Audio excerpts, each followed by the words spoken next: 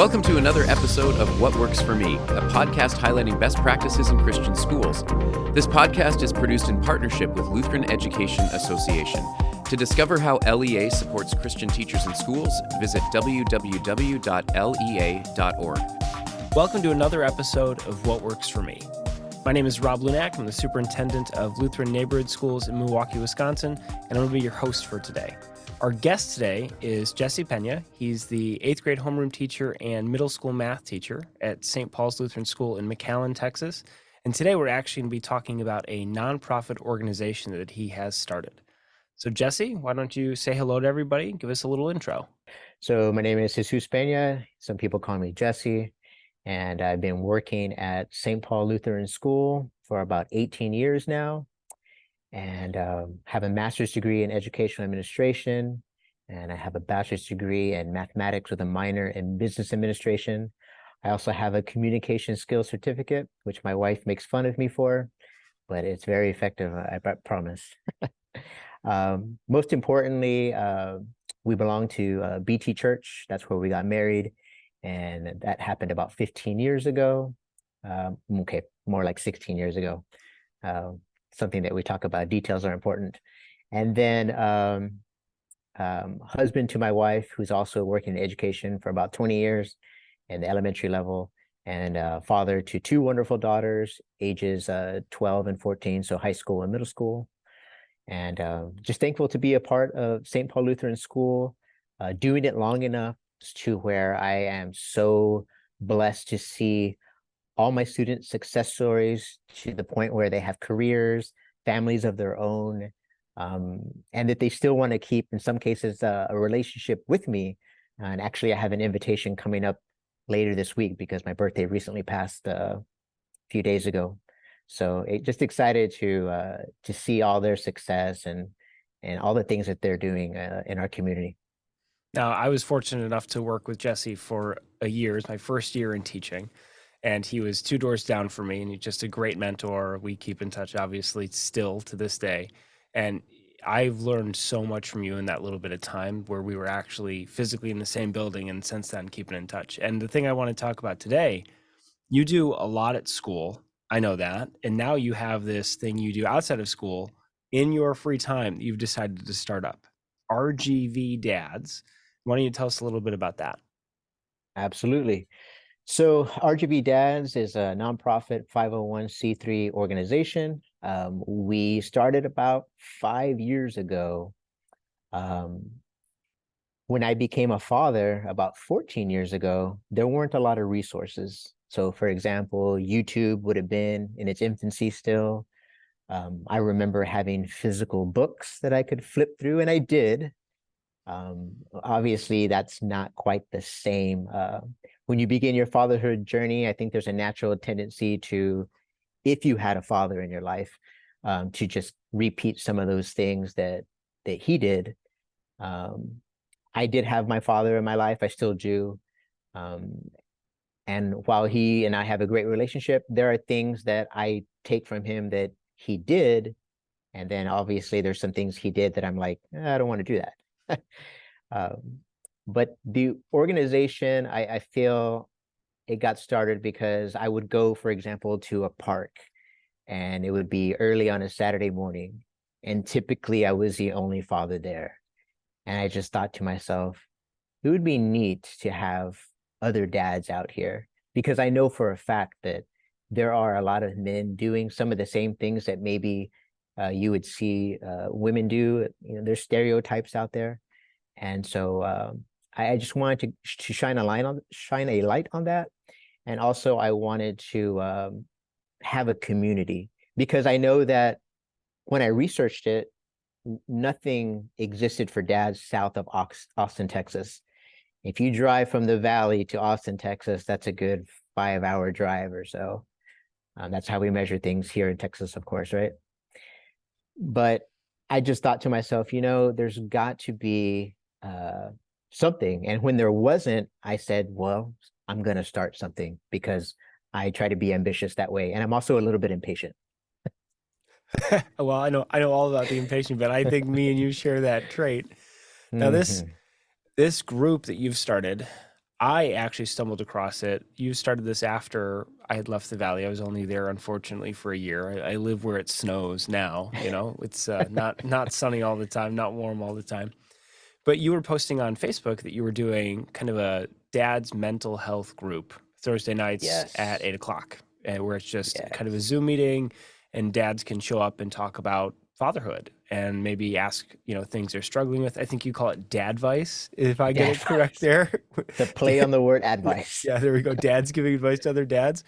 And I Mm. only got to make a couple of those. And every Thursday, I'm like, hopefully my kid will go to bed early enough where I can jump onto this. And I unfortunately haven't been able to make one in like a year. I think it's just like bedtime's at 7:30. Sometimes it takes the kids till like 9, most days actually. But my Mhm. experience with that, it was so great to see this community that you've built for fathers about the importance of being present in their kids' life and about how it's not something that's easy. It's not easy. It is work. And there's a lot we can learn about it from each other, especially if we have that support system. Let's talk about that Zoom meeting, that support group that you started. What led to that? Yeah. So we're gonna have to rewind the tape. That's a Gen X reference, of course. If you rewind the tape back a little bit, right around COVID time, we were going to be meeting at 5 by 5 Brewery here in nearby in Mission, Texas. I'm in McAllen, Texas right now. And this gentleman, Reyes, walked into the brewery and he said to me, "Hey, I'm here for the support group." And I kind of looked behind me like, "Oh yeah, that's us." And so, I really appreciate that he framed it for me different than how I was looking at it. I was just kind of like, we're meeting at a brewery. We're going to have some laughs. We're going to have some drinks. Yes, we're going to talk about some things that are important to fatherhood. But when he said that, I thought to myself, wow, what an opportunity.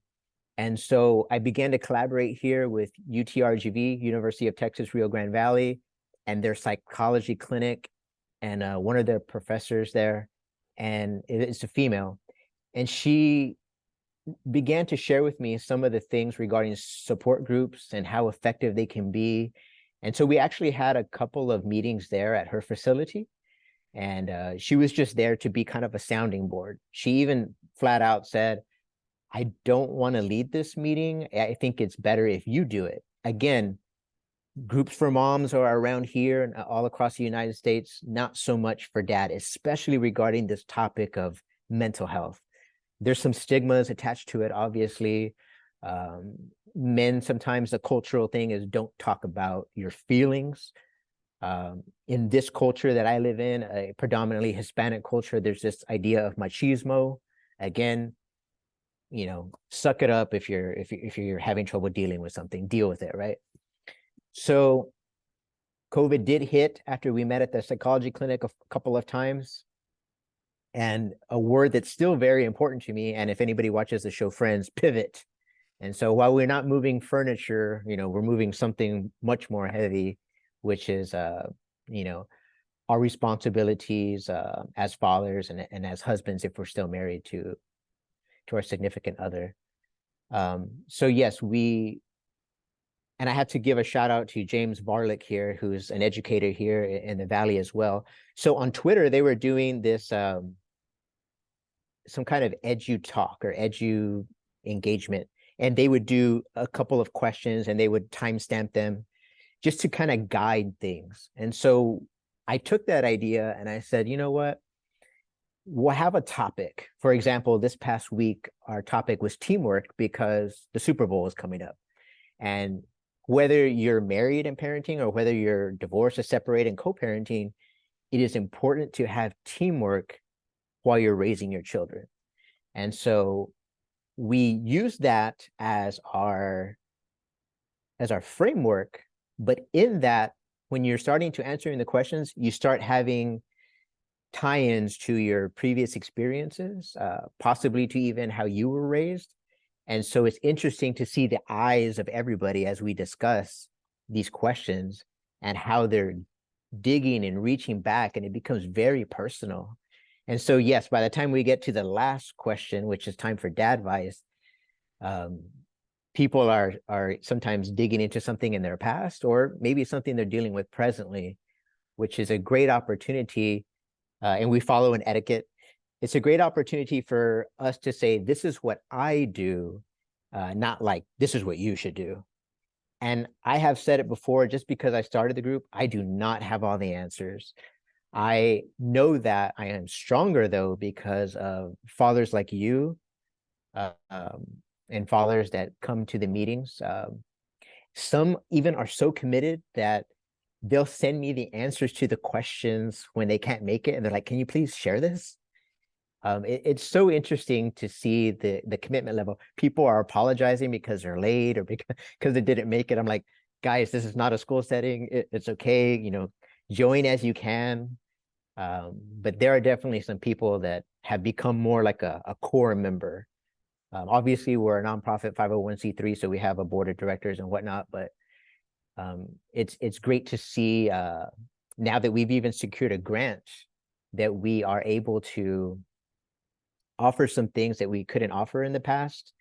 One of those being meeting up at a physical location and being able to be like at a coffee shop and offer to buy them a beverage. If they happen to bring their child, we'll get them a little something too. We just want to be as inclusive and make this as easy as possible so that they'll want to engage and hopefully return. And our target area right now is the Mid-Valley. So the Rio Grande Valley is comprised of 4 counties, Cameron County, Willacy County, and then you work your way west to Hidalgo County and Starr County. And in that range of 4 counties, you do end up with over 1 million people. And so it's a real opportunity for us to continue to grow to our east. And I don't mean to sound maybe like over ambitious or anything like that, but I honestly feel that through these meetings, we're positively affecting the fathers, which in turns, positively affects the families. And this does result in generational change, a positive generational change. So, one might view it like, well, it's just one meeting. I view it far bigger than that. And especially this past meeting when we're in the coffee shop and we had at least 3 children in there, and here they are listening to grown men, their own fathers, discuss some serious topics and doing so in a positive manner. And that often they're hearing, of course, themselves brought up as the children and how deeply these men care. Wow. Like I really know that they're going to take that and be like, I remember being there and my dad talking about being a dad and how that's going to hopefully affect them. And it's their expectations if they're a little girl for their husband, and if they're a young boy for themselves when they become a father, if God blesses them in such a way. It's been such a great thing to see firsthand. And you were gracious enough to let me join, even though I'm not in the Valley. If anybody's listening and they're like, man, I really want to do this, can they join? They can do this? Okay. I do see this and I pray about this, the whole scaling aspect of it. Why can't RGVDADS go to Corpus Christi? That would be a next logical move logistically. Why couldn't we go to San Antonio? Like I mentioned, there's that big gap. And then obviously there's pockets all over our country that people would want to tap into this. And because we do offer our meetings either in a hybrid nature or in some cases totally virtually, yes, dads can connect from all over. And actually, I think that would make us better because then we have more diversity. And you had said that, the core members are really committed. And I definitely remember, I'm not going to name names, but I want to say there was a guy in his car with his Zoom going just so he wasn't missing the meeting. I think he knows who he is. I won't say who he is, but yes. dropping the kids off at practice or whatever. And it's like, well, I don't want to miss it. This is important. So you put the earbud in, and it was on. He wasn't looking at it. Obviously he was driving, right? Right. He was safe, but he wanted to make sure that he didn't miss it. So you start this group, you recognize this need. What was it that you said, okay, here's this kind of support group we're hosting, what moves from that to, well, we're going to be our own 501(c) nonprofit corporation? That is a great question, and I knew you would have these questions for me. So we're on Twitter, which is now X. We're on Facebook. We're on Instagram. But I mentioned Twitter first because when I was putting information out there, I had two gentlemen reach out to me and say, "We want to meet you." And so I told my wife, there's some guys reaching out on Twitter. I don't know if this is real, but this is the address in case something happens to me, okay? And so I walk into their office there in McAllen, and I sit in their nice little boardroom, which is a meeting room, right? And they're just smiling, and I'm like, "Oh, this is awkward." And they said to me, "How can we help you?" And I said, "What do you mean?" And they're like, "Well, can we donate to you? Are you a 501(c)(3)?" And so I said, "We are not." At that time, we weren't. And they said, "Well, we still want to help you. What can we do?" I said, "Well, we need some shirts." Always a simple thing to do to get the name out. So they sponsored some shirts. They paid the business directly. I didn't want to handle any money. And they said, "If you become a 501(c)(3) organization, let us know. We can help even more that way." And so that kind of got us to talking, the core members, about needing to change to a nonprofit, and I was wanting to do it, but for somebody considering this moving forward, yes, there might be a local place that can do it for free. There might be even somebody local that would charge you something. I want you to know that I looked into all those options. However, the local person was charging a lot of money. I found actually someone in Austin, Texas, and he was in charge, and I think he still is in charge of a center for nonprofit organizations. And what he was going to do was have all the bylaws written for me in general. And then, of course, if I needed to modify anything, we could work on that together. He would help me fill out some of the papers for the IRS and whatnot, get registered with the state of Texas as well. So, there's a process like most things. And he was just going to make that easier. And his fee was less than our local person's fee. And as far as the free help, I mean, I didn't really look into that as much as maybe I should have. But I felt like I was putting the word out there and I wasn't quite getting the response. Usually that comes after you've kind of invested some of your own personal money, which is what I did. And I was happy to do so.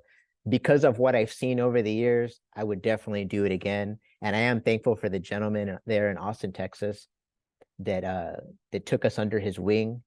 And not to sound too aggressive, but I did make sure that I looked him up very carefully, and I even found out where he lived in case I needed to go ask him a question. And so thankfully it didn't come to that, and everything was very honest, and I'm glad that it worked out, and all the paperwork was filed correctly.